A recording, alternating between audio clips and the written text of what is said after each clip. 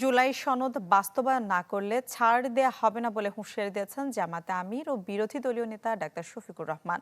সকালে রাজধানীর মিরপুরে পরিষ্কার পরিচ্ছন্নতা অভিযান পরিচালনার শেষে একথা বলেন তিনি। বলেন যে জুলাইয়ের কারণে 2026-এ জাতীয় নির্বাচন হয়েছে, সেই জুলাইয়ের চেতনা বাস্তবায়নে সকলকে সংসদে ভূমিকা রাখা প্রয়োজন। Click backup LED light load shedding এ দেয় 3 ঘন্টার ব্যাকআপ, লাইটের ব্যাকআপ, লাইফের ব্যাকআপ। সংসদ সদস্য হিসেবে শপথ নেয়ার পরদিনই রাজধানীর মিরপুরের 60 ফিটে পরিষ্কার পরিচ্ছন্নতা অভিযানে সংসদের বিরোধী দলীয় নেতা ডাক্তার শফিকুর রহমান প্রায় ঘণ্টাখানেক নিজ হাতে সড়কের আবর্জনা পরিষ্কার করেন জামায়াত আমির। এ সময় জুলাইয়ের চেতনা বাস্তবায়নে সকলকে সংসদে ভূমিকা রাখার আহ্বান জানান তিনি। এই জুলাইয়ের কারণেই তো এই নির্বাচন হলো। এই নির্বাচন হওয়ার কারণে তারেক রহমান সাহেব হয়েছেন প্রধানমন্ত্রী, আমি হয়েছি বিরোধী দলীয় নেতা। এই জুলাই না আসলে কি আমরা এটা হতে পারতাম?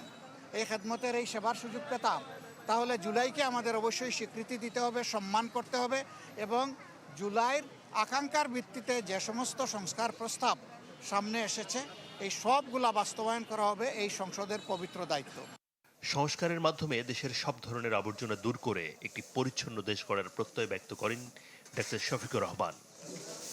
শহীদদের কথা স্মরণ করিয়ে দিয়ে তিনি বলেন, জুলাই সনদ বাস্তবায়নে সোচ্চার থাকবে জামায়াত।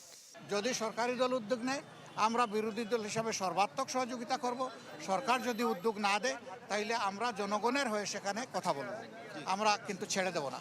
আমরা সংসদে গিয়ে দেশের জন্য ভালো কিছু করতে চাই ইনশাআল্লাহ, আর সংস্কারের মাধ্যমে সমাজের আবর্জনা দূর করতে চাই। দেশকে পরিচ্ছন্ন রাখতে সবাইকে ভূমিকা রাখারও তাগিদ দেন সংসদের বিরোধী দলীয় এই নেতা। আদ্দিন সজীব, চ্যানেল 24, ঢাকা।